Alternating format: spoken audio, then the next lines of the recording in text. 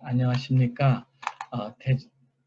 경기 외국어 고등학교 학생 여러분 만나서 반갑습니다. 저는 카이스트 김정호 교수라고 합니다. 여러분 만나서 반갑습니다. 특히 오늘 강의에 초대해 주신 교장 선생님을 비롯한 여러 선생님들께 감사의 말씀을 드립니다.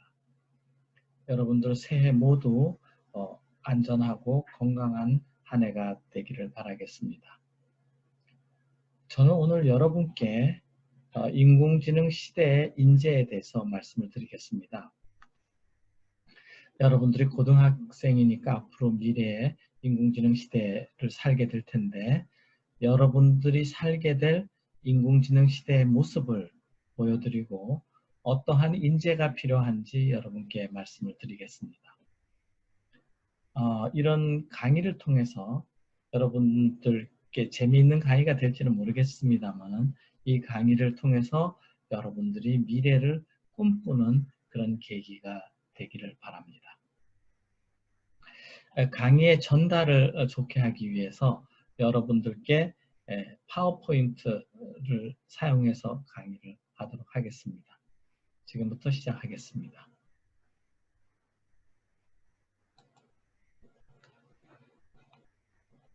자, 먼저 4차 산업혁명이 무엇인지, 인공지능이 무엇인지 여러분께 말씀드리겠습니다.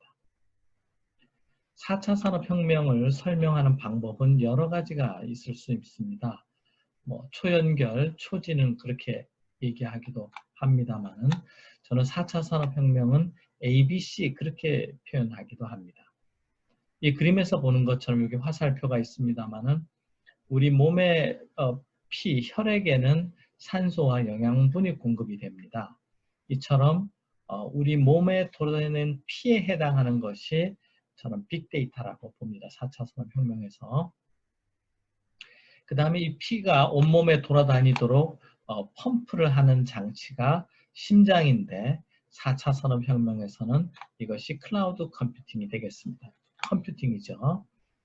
그 다음에 이런 데이터를 받아서 결정을 내리는 두뇌와 같은 기관을 저는 AI라고 얘기를 합니다. 인공지능. 이 인공지능의 명령을 받아서 움직이는 기관, 근육과 같은 것이 4차 산업혁명에서는 자율주행 자동차나 드론이라든가 이런 기계가 되겠습니다. 그런데 우리가 생명을 좌우하는, 우리가 살았느냐 죽었느냐를 결정하는 그 기관은 사실은 두뇌가 가장 중요하게 되겠습니다. 심장도 있고 물론 혈액을 너무 흘리면 우리가 생명에 지장이 있습니다. 그래서 저는 4차 산업혁명을 우리 인체의 중요도에 빗대서 ABC, AI, 빅데이터, 클라우드 컴퓨팅이라고 이렇게 얘기합니다. 이 중에서도 우리 인간의 생명과 가장 관계가 있는 기관이 바로 두뇌에 해당되는 것이고 그것이 4차 산업혁명에서는 AI라고 말씀드리겠습니다. 그래서 AI가 인공지능이 앞으로 미래 사회의 가장 중요한 기술이다. 이 말씀을 드리면서 시작하겠습니다. 우리 인공지능은 사람의 두뇌를 컴퓨터로 이렇게 프로그램으로 연결하는 건데 인풋이 들어오면, 입력이 들어오면 보통 사진 같은 게 들어오면 그것이 이제 데이터가 되는데 그 데이터를 보통 입력이라고 합니다. 입력 레이어에 들어오면 그 값들이 전파되면서 최종적으로 그것이 호랑이일 확률이 몇 %인지 고양이일 확률이 몇 %인지 하고 이렇게 일종의 정답을 가르쳐 주는 겁니다. 그런데 이 연결선들의 어떤 값들이 정해지는데 1이냐 2냐 3이냐 어떤 값들이 정해지는데 그 값을 정하는 과정을 우리가 학습이라고 얘기를 합니다. 많은 데이터를 사진을 보여주면서 계속 호랑이냐 고양이냐를 학습시켜 두고 나면 얘가 인간보다도 더 판단력이 높아지게 되고 그때 이 연결선들의 값들을 우리 정하는 과정을 우리가 학습이라고 이렇게 얘기를 합니다. 그래서 이렇게 생긴 컴퓨터 프로그램으로 인간의 두뇌를 묘사를 하고 데이터를 통해서 계속 학습을 함으로써 지능을 향상시키는 이러한 지능을 우리가 현재 인공지능이라고 얘기하고, 여기서 레이어, 층수가 계속 깊어지는데 그걸 깊어진다고 해서 딥러닝이라고 이렇게 이야기를 합니다. 그런데 과거의 인공지능은 인간의 두뇌를 이해하고 설명하려고 많이 했습니다. 그러니까 심리학자들 이런 분들이 연구를 많이 했는데, 요즘은 컴퓨터로 만들고 데이터만 많이 주고 학습을 시키면 이 안이 왜 그런지는 알 수는 없지만 인간처럼 또는 인간보다도 똑똑해지더라, 그렇습니다. 그래서 이 인공지능 안 부분이 결국은 블랙박스 비슷하게 돼버립니다. 그래서 인공지능은 일종의 블랙박스다, 이렇게 우리가 이야기도 합니다. 그래서 데이터만 많이 주고 학습을 많이 시키면 인간보다 더 똑똑해지는 그런 그런 기능을 하게 되는데, 그런 인공지능이 현대의 인공지능이 되겠습니다. 인공지능이 이렇게 똑똑하게 된 이유에는 세 가지 이유가 있습니다. 첫 번째로는 아까 조금 전에 말씀드린 것처럼 딥러닝이라는 그 알고리즘이 있었죠. 데이터를 갖고 학습하는 알고리즘이 있었고, 두 번째는 데이터가 많아야 학습을 많이 하게 되고, 그러면 점점 더 똑똑해지는 거가 되는 겁니다. 그래서 데이터를 많이 얻을수록 똑똑해지는데, 요즘은 인터넷이 발전하면서 여러분들이 스마트폰을 사용하면서 점점 더 데이터가 많아지게 되었습니다. 세 번째로는 컴퓨터의 성능이 아주 좋아졌게 됐는데, 여기에는 이제 GPU라고 표현되는 프로세서가 있고, 그 다음에 반도체 메모리인 D램이 들어가게 되는데, 반도체 성능이 좋아져서 컴퓨터 성능이 좋아지면서 이게 가능하게 되었습니다. 그래서 인공지능이 가능하게 된 세 가지 요소가 아까 딥러닝, 빅데이터, 그 다음에 컴퓨터 성능, 이 세 가지 합작품으로서 현대 인공지능이 나오고 성능이 계속 향상되고 있습니다. 앞으로 인공지능은 우리 인간보다 뛰어나는 성능을 갖게 될 것 같습니다. 조금 전에도 말씀드린 것처럼 인공지능이 이렇게 성능이 좋아진 데에는 데이터가 많아진 것이 큰 영향을 미쳤다, 이렇게 말씀을 드렸는데요. 데이터가 많아진 이유 중에 첫 번째가 PC가 등장한 거, 80년대, 90년대에 인터넷의 등장, 2000년대에 스마트폰의 등장, 여러분들 특히 스마트폰 카메라를 이용해서 계속 사진을 찍는 것이죠. 그 다음에 2010년에는 유튜브의 사용량 증가, 요즘은 그렇습니다. 최근에는 이제 코로나 시대에 모든 것이 원격으로 이루어지고 있기 때문에 온라인 강의라든가 온라인 공연이라든가 온라인 스포츠라든가 계속 데이터가 많아지고 있습니다. 그래서 또다시 빅데이터가 늘어나고 있기 때문에 인공지능이 계속 더 똑똑해질 것 같습니다. 한 단계 더 지나면 아마 가까운 미래에는 모든 인간의 정보, DNA의 정보, 심리의 정보, 건강 정보도 다 데이터화되면 진정한 빅데이터 시대가 이루어지게 되고, 그러면 인공지능이 신의 영역까지 가게 될 것 같습니다. 그래서 인공지능이 인간한테 도움이 되는 것이 무엇이냐라고 보면 우리한테 인간을 대신해서 일하기 때문에 시간을 절약해주고 노동을 절약해주고 자원을 절약해주고 자본을 절약시켜주고 에너지를 절약시켜줍니다. 그러니까 인공지능을 갖고 있는 인간이나 사회나 국가와 그렇지 않은 인간이나 사회나 국가에 비하면 경쟁력에서 큰 차이가 날 것 같습니다. 그래서 인간을 대신해서 인공지능이 일하기 때문에 사람은 일하는 대신에 좀 더 창조적인 일할 시간을 갖게 되겠습니다.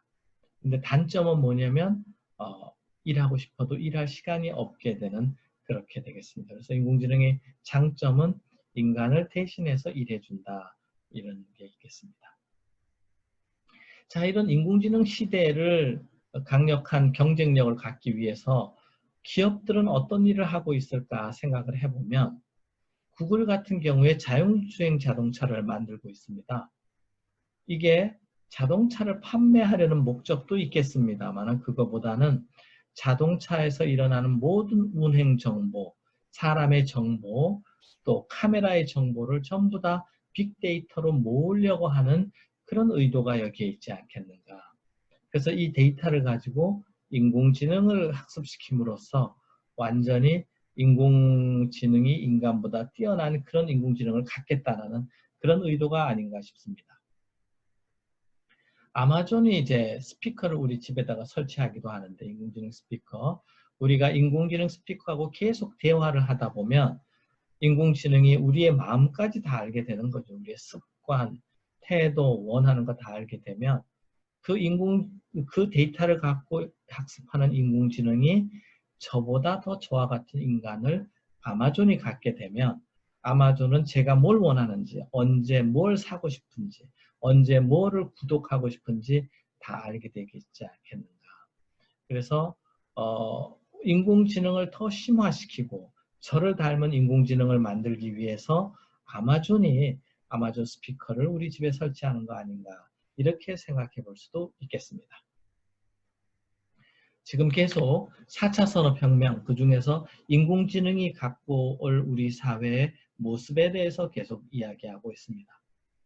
자, 그래서 인공지능이 계속 발전하면 인공지능이 우리 인간보다 우리를 더 많이 알게 되면 신의 영역까지 가지 않겠는가, 이렇게 생각을 합니다. 그래서 우리가 주말에 절이나 성당이나 교회 가는 대신에 데이터 센터, 인공지능이 있는 데이터 센터를 찾아가서 우리에게 나의 미래가 무엇이 될까요? 무엇을 해야 될까요? 하고 묻게 되는 이런 시대가 오지 않겠는가라고 생각을 해서 왼쪽에 이렇게 표현을 해봤습니다.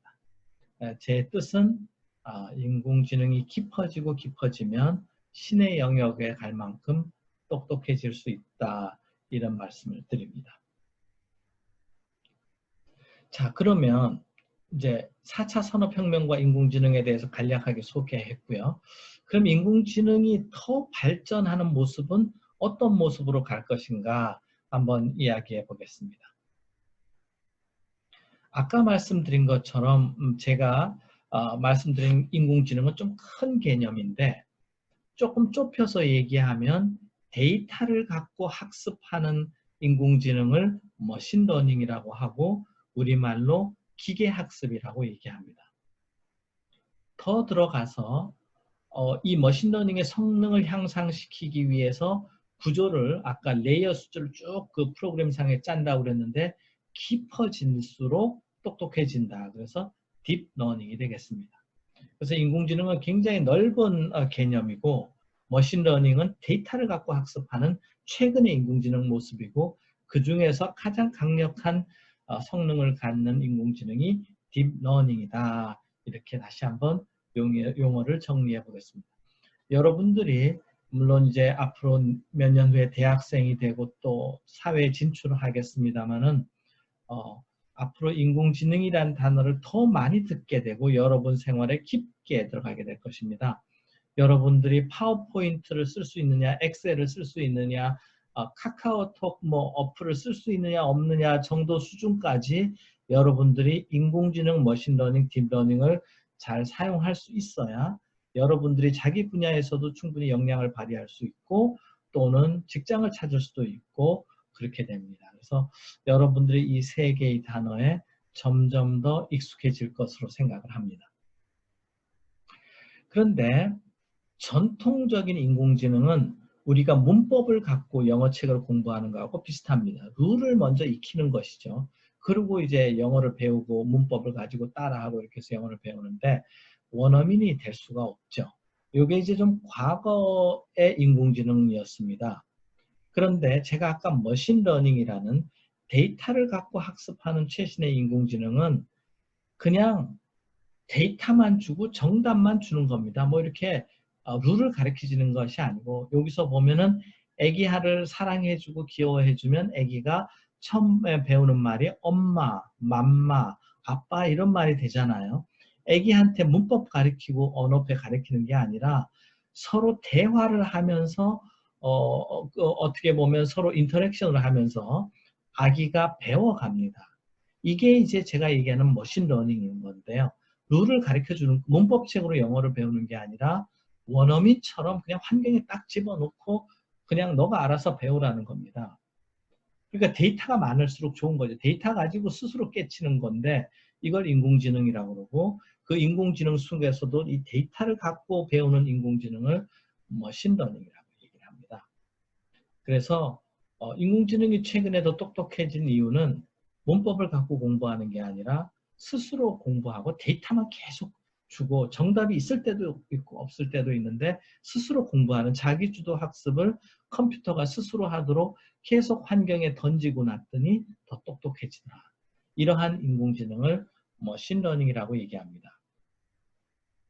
그 인공지능 안에 들어가 보면 이제 작은 인공지능 세포가 프로그램 상에 있는데 여기 나와 있습니다만 여러분 너무 뭐 자세하게 알 필요는 없습니다만 인풋 벡터가 디지털 값들이 들어오면 사진이나 음성이나 이런 게 들어오면 그것들이 가중치하고 곱해져서 더해준 다음에 어떤 값 이상이 넘으면 다음으로 넘긴다.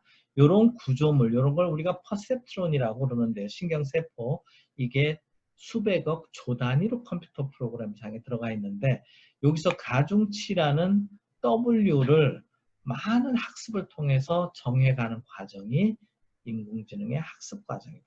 인공지능 중에서도 머신러닝의 학습 과정이다. 이렇게 말씀을 드립니다. 그래서 계속 데이터를 집어넣고 이 레이어를 아까 딥하게 깊이 들어가서 출력을 뽑았는데 틀리다. 호랑이인데 고양이라 그러면 틀렸어 하고 가르쳐줘요. 처음에는 그렇게 가르쳐주면 되돌아가면서 이 변수들을 계속 바꿔갑니다. 그런 걸 이제 학습이라고 그러고 전파 학습이라고 하는데 왔다 갔다를 수백만 번 하면서 요 연결선들의 값을 정해가는 과정을 우리가 학습이라고 이렇게 얘기합니다. 네. 그렇게 해서 이 안은 알 수는 없지만 이 값들을 정해가면서 우리가 인공지능이 똑똑해진다 이런 말씀을 드립니다. 근데 우리가 이제 인공지능을 실제로 코딩을 해야 되는데 내가 호랑인데 고양이라고 하면 틀렸잖아요.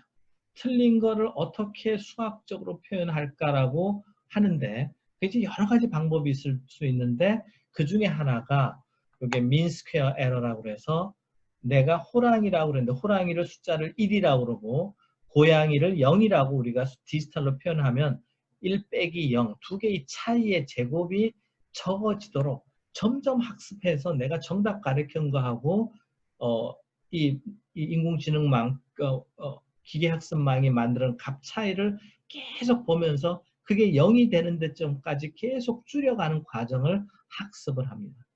그런데 제가 지금 이제 인공지능, 특히 기계학습, 최근에 인공지능의 기계학습을 얘기하면서 인풋은 벡터다 얘기했고 그게 쭉 전파돼 간다고 그랬는데 그 전파돼 가는 걸 수학적으로 얘기하면 행렬의 곱셈이에요. 그런데 아쉽게 요즘 이제 고등학생들한테 벡터와 행렬을 가르치지 않아서 그게 좀 아쉽기도 합니다만 어쨌거나 여기에 이렇게 정답과 오답 이런 거를 이제 수학적으로 표현해서 집어넣습니다. 컴퓨터에. 그래서 수학은 여러분들이 경기 외국어 고등학교에 있더라도 재미있게 좀 해둘 필요가 있습니다. 앞으로 여러분들이 우리 한국 국민들하고 소통할 때 국어가 필요하고 미국 사람들하고 통화할 때 외국 사람들하고 할 때 영어가 도구가 되는 것처럼 자연과 자기가 좀 호흡을 하겠다. 인공지능과 호흡을 하려면 두 가지 언어가 있는데 하나가 수학, 하나가 코딩이다. 그래서 아마 여러분들이 대학에 들어가시면 이공계가 아니라 외국어 계열이나 뭐 그런 관련한 과를 간다 하더라도 대학교 때 꼭 코딩 수업하고 수학 수업은 좀 들을 필요가 있습니다. 안 그러면 인공지능으로부터 도태가 됨으로써 여러분들이 일하고 싶어도 일할 기회가 없어지는 그런 시대가 될 수도 있습니다. 자, 여기에서 지금 잠깐 수학이 나오는데 이처럼 정답이냐 틀렸느냐 얼마나 틀렸느냐 이런 걸 표현하는 거를 이제 수학적으로 표현하는 방법이 두 개의 차를 제곱하는 이런 방법이 있습니다. 이거 말고도 이제 여러 가지 방법이 있고요. 그 다음에 아까 100만 번씩이나 1000만 번씩이나 왔다 갔다 하면서 그 학습해 간다고 그랬습니다. 그러니까 점점 더 정답을 찾도록 인공지능이 똑똑해져야 되는데 그 똑똑해지는 과정을 수학적으로 우리가 프로그래밍을 하게 되는데 그게 이게 여러분들이 보면 이게 이제 포물선과 비슷한데 이거의 미분이 기울기거든요. 근데 오차가 최저가 되는 이 목표 지점은 기울기가 제로가 되는 점이에요. 그래서 이걸 뭘 하냐면은 우리가 미분을 계속하면서 미분이 0 될 때까지 학습을 하는 뭐 이런 개념이 여기에 들어가져 있습니다. 기계학습에, 머신러닝에. 그래서 인공지능이 뭐 블랙박스기는 하지만 학습 과정에서 아직 컴퓨터의 성능이 무한대가 아니기 때문에 인간의 도움이 좀 들어가는데 그 인간의 도움 중에 하나가 수학이고 수학에는 벡터, 행렬, 미적분, 확률 이런 과목들이 필요하게 되는데요. 여러분들이 고등학교 2학년, 3학년까지 어느 부분까지 배우는지는 모르겠습니다만은 포물선, 미적분의 개념하고 확률의 개념은 너무 소홀히 하지 않으셨으면 좋겠다 이런 생각이 듭니다. 그리고 인공지능이 똑똑한 이유 중에 하나는 우리는 이제 실수를 하면 과거를 돌아가서 고치지 못합니다. 그런데 인공지능은 잘못됐으면 과거로 돌아가서 아까 레이어를 뒤로 거꾸로 갈 수 있다고 얘기했는데 거꾸로 돌아가면서 그 가중치를 바꿔간다고 그랬는데 그게 과거로 돌아가서 반성하는 거거든요. 그래서 인공지능이 똑똑한 이유 중에 하나가 과거로 돌아가서 반성하는 모드가 있기 때문이다. 이 말씀을 드리겠습니다. 그걸 우리가 백프로퍼게이션이라고 이렇게 얘기를 합니다. 자, 그래서 이렇게 인공지능이 똑똑해지려면 데이터가 많아야 되는데 그 데이터 중에 또 중요한 데이터가 영상 데이터인데 저는 유튜브와 넷플릭스 이게 다 인간의 데이터를 많이 만들어내는 장치 아닌가 이렇게 해서 생각합니다. 또 하나는 이제 인공지능이 이런 이제 유튜브나 넷플릭스 이런 걸 딱 보면서 사람의 표정을 읽어내고 이 사람이 뭐 하는지 사람을 감시할 수도 있고 판단할 수도 있고 자율주행 자동차 카메라 같은 경우 인공지능이 이제 운전까지 하는 것이죠. 이럴 때 이제 아까 조금 전에 얘기한 기계학습이 필요하고요. 그다음에 사람하고 대화하는 챗봇 이것도 다 인공지능이 이제는 들어가기 시작하고 있습니다. 제가 조금 전에 말씀드린 기초적인 인공지능 개념이 있잖아요. 학습이라든가 미분이라든가 뭐 오답이 있으면 고친다든가 이런 과정이 다 현재 나와 있는 챗봇에도 다 들어가 있습니다. 요거는 뭐냐면 카이스트 도서관입니다. 도서관 그림인데 인공지능이 한번 그려봤습니다. 근데 그 인공지능은 계속 고호 그림만 보여줬어요. 고호 그림만 계속 학습을 했던 인공지능 보고 카이스트 도서관 사진을 보여주면서 그림을 그리라고 했더니 이것이 이런 그림을 그렸어요. 그래서 인공지능이 사진을 보고 판독을 한다. 또는 대화를 한다. 그거를 넘어서 최근에는 창작까지 할 수 있게 됐습니다. 그림도 그리는 것이죠. 또는 음악까지 아마 창작할 수 있는 시대가 곧 올 것 같습니다. 그래서 인간의 다양한 능력 중에 능력이 있겠습니다만은 창작의 능력, 예술의 능력도 저는 인공지능이 일정 부분 하게 될 것 같습니다. 그러면 과연 인간이 어떤 일만 하게 될 수 있느냐 상당히 고민되는 것이죠. 여러분들이 그런 면에서 미래를 꿈꾸실 때 단순한 일의 반복이나 단순 지식의 암기 이거보다는 인공지능이 뛰어날 정도로 창의성을 가질 때 그럴 때 진정한 인재가 되지 않겠느냐 이렇게 생각을 합니다. 그래서 더 이제 인공지능이 발전하면 여기 보시는 것처럼 눈을 대체하는 인공지능 우리가 인터넷 찾아보면 CNN이라고 그러고요. 말을 대체하는 인공지능 LSTM이 있습니다. 거기다가 창작을 하는 인공지능 GAN이라고 지금 나와 있는데요. 이런 인공지능에다가 자아와 감정과 이념과 도덕과 윤리 상상력까지 데이터로 학습하면 아마 인간보다 더 뛰어난 인공지능이 나올 것 같습니다. 그것이 앞으로 나올 인공지능의 모습이 되겠습니다. 그래서 어디까지 갈 수 있느냐면 인간까지 등장할 수 있을 것 같습니다. 인간은 뭐냐면 나와 똑같이 똑같은 인간이 컴퓨터 안에 있는 겁니다. 계속 학습을 하면 걔가 나보다 더 똑똑할 수 있어요. 나보다 내가 뭘 원하는지 내가 어떤 사람이 더 알 수 있게 되면 나중에는 그 사람이 시킨 일만 내가 하게 되면 컴퓨터 속에 있는 인공지능이 인간이 되고 나는 로봇으로 전락할 수도 있겠다. 역전되는 것이죠. 서로 역할이. 그런 시대까지 올 수도 있습니다. 왜냐하면 우리가 자동차를 운전하면 내비게이터를 사용하는데 내비게이터가 시킨 대로 운전하면 운전을 내비게이터가 하는지 우리가 하는지 그것이 이제 혼동이 될 수도 있지 않겠습니까? 인공지능이 더 발전하면 인공지능이 나를 대신하고 나는 그냥 단순 노동만 하는 이렇게 역전되는 상황까지도 올 수 있다는 게 제 생각입니다. 이게 인공지능의 미래의 모습입니다. 그런데 이제 긍정적으로 보면 인공지능이 그래서 뭐를 좋은 일을 할 수 있을까? 우리를 대신해서. 그 중에 하나가 코로나가 지금 나왔는데 백신도 개발해야 되고 치료제도 개발해야 되는데 많은 시간과 자본과 비용이 들어갑니다. 그것을 인공지능이 대신해 줄 수도 있지 않겠는가.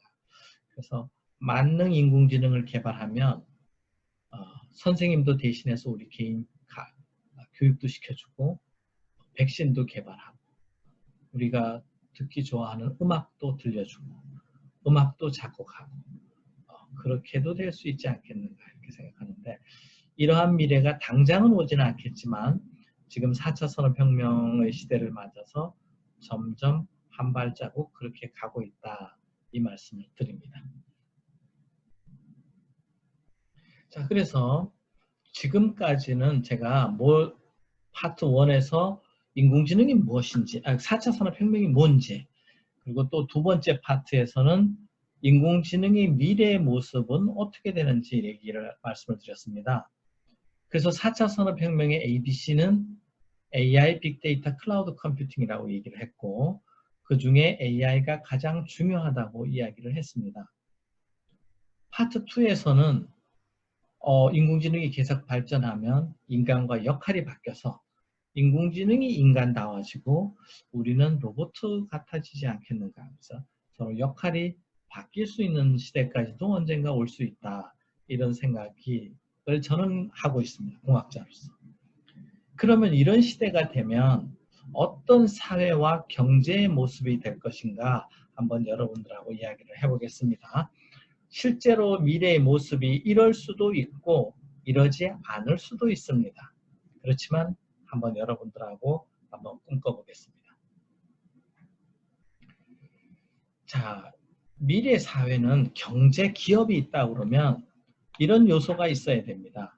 빅데이터를 모을 수 있어야 되고 구글과 같이 빅데이터 모으고 그러니까 인공지능을 학습을 시켜서 인공지능이 물류, 경찰, 그 다음에 재난, 주식 투자, 법률, 교육, 의사 이런 걸 다 대체하겠다. 사람보다도 인공지능이 대체하면 더 누군가한테는 또 돈벌이 수단이 되고 경제적으로 더 강력해질 것 같습니다. 이러한 모습을 지닌 기업의 형태가 점점 더 나타나게 되고 이러한 기업이 제 생각에 구글, 아마존, 애플, 테슬라, 페이스북 이런 회사들이 바로 이런 회사들이다. 이 회사들이 바로 ABC를 갖고 있는 회사들이다.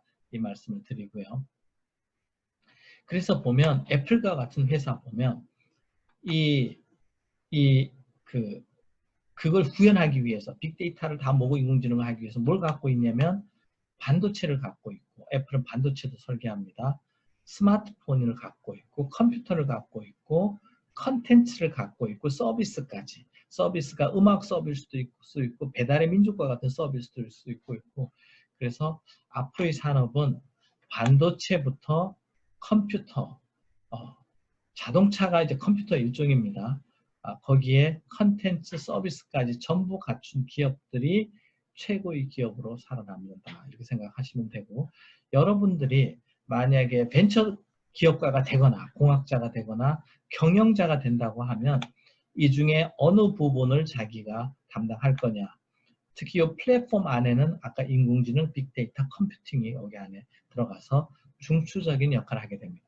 그 위에서 컨텐츠와 서비스로 여러분들이 장사나 만약에 사업을 한다 하더라도 ABC, AI를 이해를 해야 되고요. 여러분들이 컴퓨터를 개발하거나 자동차를 개발하거나 반도체를 개발해도 그것이 AI를 위한 반도체라는 말씀을 꼭 드립니다. 특히 교육이 확 바뀔 것 같은데요. 여러분들이 고등학교 졸업하기 전까지는 아니지만은 아마 10년 내에 많은 변화가 있을 것 같고요. AI가 발전하면 개인형, 맞춤형 교육을 이 컴퓨터 앞에 가상현실에서 이루어지고 실험조차도 여러분들이 뭐 비커에 따르고 뭐 어떻게 하는 실험, 무용, 공연조차도 가상 환경에서 여러분들이 교육받을 가능성이 높습니다.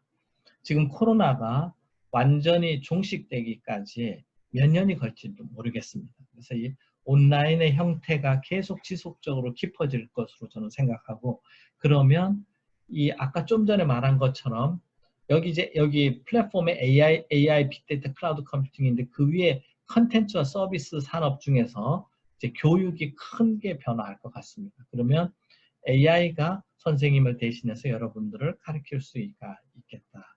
네, 그렇게 됩니다. 네, 그렇게 되고, 이건 카이스트 학생들한테 한번 설문조사를 해본 건데요. 카이스트 학생들의 30%가 앞으로 미래에는 AI 개인 맞춤형 교육을 받고 싶다 이랬고요. 두 번째가 프로젝트 베이스 러닝, 일방적으로 교과서 갖고 배우는 게 아니라 프로젝트로 배우고 싶다. 융합형 교육, 한 과목만 배우는 게 아니라 여러 과목을 엮어서 배우고 싶다. 그 다음에 일방적인 그 주입식 교육이 아니라 자기주도 교육을 하고 싶다는데, 여기 역시 1번에 AI가 기반이 된 교육을 받고 싶다는 얘기가 나타납니다. 지금 계속 여러분들한테 말씀드리는 것은 미래에 AI가 진짜 인간보다도 똑똑한 시대가 오게 되고 인공인간 시대가 되면 우리 사회의 모습이 어떻게 변화할지를 계속 여러분들한테 지금 파트 3에서 여러분들한테 강의해드리고 있습니다.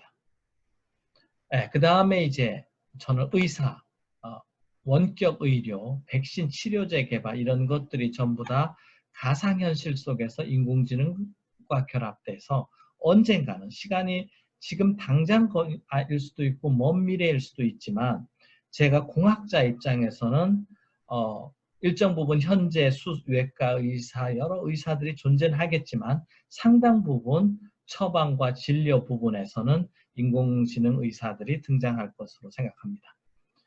그래서 인공지능을 하게 되면 지역적 차별, 경제적 차별 없이 누구나 기술을 이용해서 인공지능으로부터 의료 서비스를 받는 그런 시대가 올 수 있을 것 같습니다.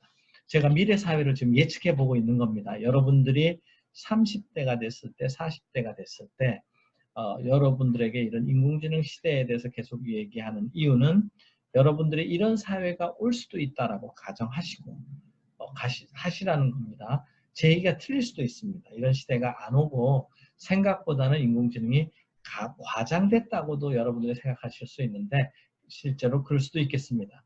근데 제 생각에는 인공지능이 이렇게 강력하게 되면 우리의 미래 사회도 교육 선생님도 일정 부분 인공지능이 대체하고 의사 선생님도 대체할 것으로 저는 생각합니다. BTS와 같은 문화산업도 인공지능과 결합해서 무용이라든가 춤이라든가 노래조차도 인공지능이 작곡하고 인간은 춤만 추는 흉내만 립싱크만 할 수도 있습니다. 노래 자체를 인공지능이 부를 수도 있고요. 그런 시대도 상상으로 끝날 수도 있습니다만은 실제 벌어질 수도 있습니다. 그래서 여러분들이 미래를 너무 고정됐다라고 생각하고 쉬지 마시고 여러분 아빠 세대 또는 교과서에 나온 세대가 현재는 진실이고 바른 것을 여러분들한테 가르쳐 준다고는 생각을 합니다만은 그게 영원하지 않을 수도 있다는 것, 특히 인공지능이 세상을 많이 바꿀 수 있다는 가정하에서 여러분들이 미래를 꿈꾸고 준비해 주면 좋겠다라는 게 제가 오늘 일관되게 여러분들에게 전해드리는 메시지가 되겠습니다. 자, 그러면 인공지능 시대에는 어떤 인재가 필요할까? 제가 공학을 하는 입장에서 제가 특히 인공지능을 프로그램을 짜고 인공지능 반도체를 개발하고 이런 의미에서 봤을 때 과연 인공지능은 시대에는 어떤 인재를 필요할까라고 한번 생각해 봤습니다. 이게 네 번째 강의인데요. 이것도 정답은 아닙니다. 이것조차도 고정된 건 아니지만 여러분들이 그래도 한번 염두에 두시고 미래를 꿈꾸시거나 계획할 때 참고하시기 바랍니다. 과거에는 인공지능 전문가라고 하면 뇌과학자, 심리학자, 생물학자, 의과학자였습니다. 뇌를 이해해야 되니까. 근데 아까 제가 말씀드린 것처럼 요즘은 뇌 자체를 이해하려는 게 아니라 데이터로 그냥 학습만 시키면 되기 때문에 오히려 소프트웨어 전문가, 수학자, 컴퓨터 구조, 반도체 이런 분야 전문가들이 저는 이제 반도체 전공하고 AI와 이걸 좀 섞어져 있습니다만은 이런 인력들이 아까 머신러닝, 기계학습, 딥러닝의 전문가가 된다. 만약에 본인이 인공지능 전문가가 되겠다. 인공지능 전문가가 안 되고 인공지능을 사용하면 또 돼요. 그래도 조금 수학하고 소프트웨어는 여러분들이 조금 더 관심 깊고 대학교 때 공부했으면 좋겠습니다. 특히 인공지능 진짜 전문가가 여러분이 되려면 수학 공부를 많이 해야 되는데 미적분, 아까 미분 얘기했죠? 벡터 행렬이라고 제가 데이터를 다루는 학문, 그거를 대학에서는 영어로 리니어 엘지브라라고 그러고 영어로는 행렬이라고 부릅니다.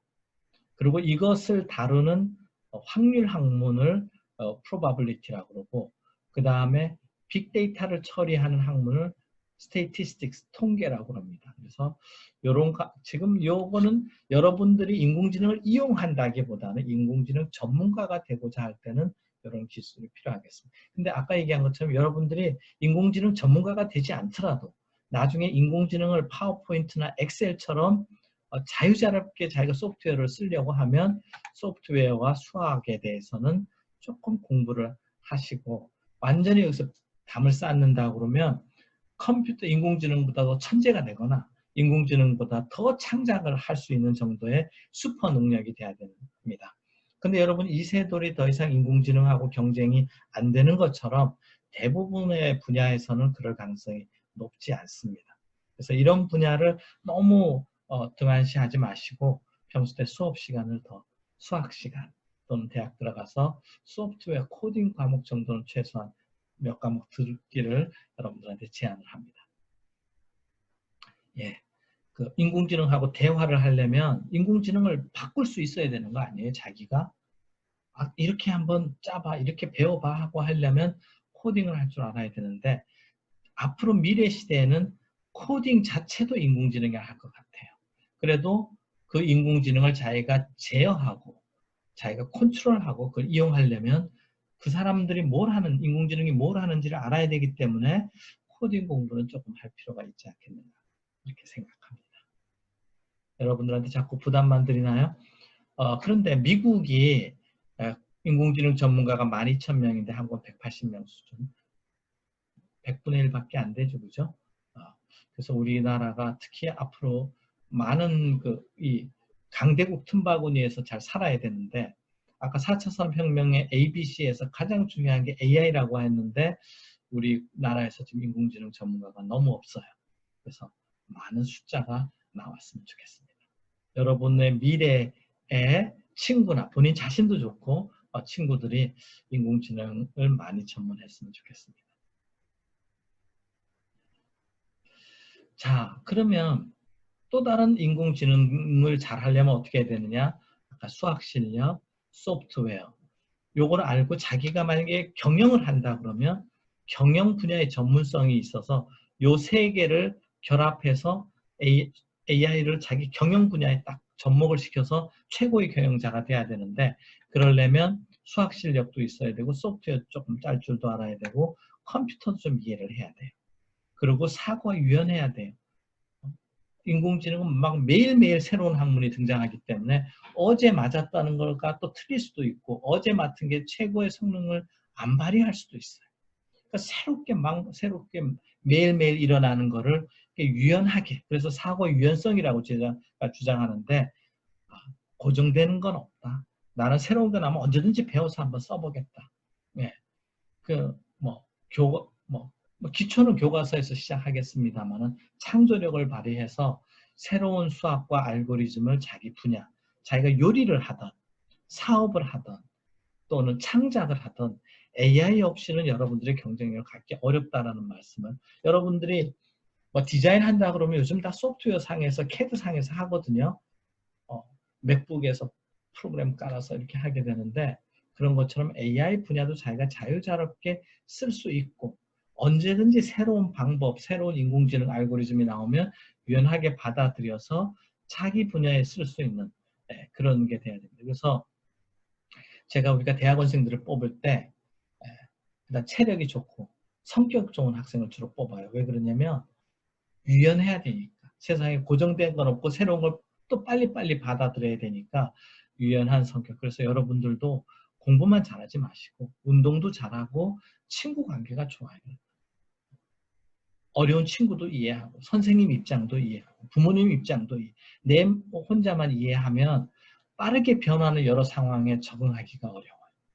그리고 또 친구 관계만 좋은 게 아니라 수학하고도 관계를 잘 맺으시고 소프트웨어하고 관계도 잘 맺으시고 다방면을 이렇게 소화하면서 그 중에서도 자기의 전문성을 갖는, 굉장히 어렵죠. 그죠? 그렇습니다. 미래가 필요한 인재는 이런 인재입니다. 그래서 다르게 보면 전문 주식뿐만 아니라 또 독서를 좀 할 필요가, 고등학교 때는 여러분들 많은 기회가 없겠지만 인공지능 갖다가 뭐 하겠어요? 사람을 이롭게 해야 되지 않겠습니까? 그러니까 인간을 이해해야 되는데, 그래서 독서나 취미 활동을 해서 인문학, 예술, 철학, 문학 이런 것도 같이 했으면 좋겠습니다. 아무리 여러분들이 어학을 잘한다고 해서 단순 번역 잘하는 거는 인공지능이 더 잘할 수 있습니다. 그것보다는 그거와 예술과 연결시키거나 철학과 연결시키거나 경영학하고 연결시키거나 다양한 융합을 할 수 있는 인재. 그래서 제가 글로벌한 한국 땅에서만 경쟁을 갖는 게 아니라 전 세계 무대로 왜냐면 우리나라는 시장이 좁거든요. 아까 빅데이터가 많아야 된다는데 우리나라 빅데이터만 갖고 되겠어요? 전 세계 시장으로 크게 여러분들이 그러니까 여러분들이 지금 외국어 공부하는 거 아니겠습니까? 근데 외국어는 하나의 기능이고 그것만 갖는 게 아니라 글로벌한 사람들하고 같이 일하고 창의력이 있고 그랬으면 좋겠습니다. 그리고 여러 분야를 융합할 수 있는, AI 분야도 자기 분야하고 융합할 수 있는 이런 인재가 되기를 바라겠습니다. 제가 평소 때 좋아하는 단어를 한번 써본 건데요. 인공지능 시대의 미래 인재는 뭘까? 인류의 행복과 지속 발전 번영에 기여하는 인재. 어떻게? 인공지능을 하나의 수단으로 사용하라는 겁니다. 글로벌 사회에서 소통하고 협력하는 인재. 이 전 세계 빅데이터가 모이고 인공지능이 막 치열하게 경쟁하는데 자기 동네에서만 싸움박질하지 말라는 것이고요. 진리를 탐구하고 창의적이고 도전적이고 정해진 게 없다. 항상 새로운 거 해보자. 그런데 그러한 인공지능을 나쁜 목적이 아니라 인류의 당면한 문제를 해결하는 긍정적인 사회 기여하는 인재가 되었으면 좋겠습니다. 이 5가지를 하는데 제가 미래 4차 산업 시대에는 AI 없이는 아무것도 못한다. AI 밑에 깔아주는 게 빅데이터 클라우드 컴퓨팅, 그 밑에 깔아주는 게 반도체인데 AI 없이는 이런 일을 하고 싶어도 못하니까 여러분들의 준비를 하라, 그 말씀을 드리겠습니다. 자, 결론을 내리겠습니다. 미래 인공지능 시대에는 여러분들이 준비를 안 하면 우리가 잘 준비해서 대책하지 않으면 우리 다 일자리를 잃을 수 있다. 그래서 여러분들이 아까 미래형 인재로 발전하시고 또 인공지능을 우리가 한다고 하더라도 너무 편향된 데이터만 주면 종교적, 정치적, 인종적, 국가적으로 차별심이 생겨요. 너무 한쪽 데이터만 하면 이 사람이 나쁜 성격의 인공지능이 되는 거예요. 그래서 우리가 앞으로 인공지능을 개발하고 사용할 때도 데이터를 인간의 가치에 맞게 우리가 학습을 시켜야 된다. 이런 거를 또 결론으로 말씀드리고, 인공지능이 인간보다 판단이 좋으면 선거도 우리가 할지 말고 인공지능이 대체를 할 수가 있어요. 민주주의가 위험에 빠질 수가 있어서 민주주의 영역 부분에는 우리가 인공지능을 조금 제한할 필요가 있다는 게 제 생각입니다. 그래서 가짜뉴스를 인공지능이 만들거나 이런 거는 우리가 방지하자. 이런 인공지능 윤리를 세우자 이런 말씀을 드리고, 그런데 어느 순간 인간의 제어나 지시를 거부할 수가 있어요. 그래서 프로그램 짤 때 인간의 제어나 지시를 거부하지 못하도록 인공지능을 우리가 개발해야 되겠다. 이런 생각이 듭니다. 네. 자, 그래서 근데 마지막 남은 인공지능은 우리의 인간의 힘은 뭐냐? 인공지능은 전기가 없이는 동작을 하지 않아요. 그래서 인공지능이 우리 인간의 말을 듣지 않으면 전기를 뽑아버리면 된다. 그런 생각을 갖고 있습니다. 이게 거의 결론인데요. 네. 자, 이걸로 여러분들한테 오늘 강의를 마치겠습니다. 여러분들이 미래의 4차 산업혁명 인공지능 시대의 모습을 오늘 설명을 드렸고, 그랬을 때 여러분들은 어떻게 준비를 해야 되는지 한번 말씀을 드렸습니다. 근데 제 얘기는 조금 인공지능 공학자 입장에서 좁게 말씀을 드렸습니다만은 여러분들이 외국어 공부하고 글로벌 사회에서 일하더라도 꼭 머릿속에 기억은 해주셨으면 좋겠습니다. 결론, 우리 대한민국 헌법 1조가 대한민국은 민주공화국이다. 모든 권력은 국민에게서 나온다. 이렇게 되어 있습니다. 혹시 미래는 이거 약간 이제 조크라고 그럴까요? 비유인데 인공지능 시대가 되면 어떻게 되냐면 대한민국은 민주 데이터 공화국이다. 모든 권력은 인공지능에서 나온다. 이렇게 한번 비유해 보겠습니다. 여러분들 이런 시대에 대비해서 잘 공부하시고 미래를 준비해서 여러분 개인, 가정, 사회 전체가 행복해졌으면 좋겠습니다. 오늘 여기까지 여러분 강의를 마치겠습니다. 여러분들 집에서 이 강의를 들으셨는데 재밌었는지 모르겠습니다. 교장 선생님, 이사장님께서 이렇게 추천하셔서 제가 강의를 하게 됐는데 여러분들한테 도움이 됐으면 좋겠습니다. 예, 1시간 동안 이렇게 강의를, 1시간이 정확하게 됐는지는 모르겠습니다만 여러분들께 강의를 드렸습니다. 경청해 주셔서 대단히 감사합니다. 이상 강의를 마치겠습니다.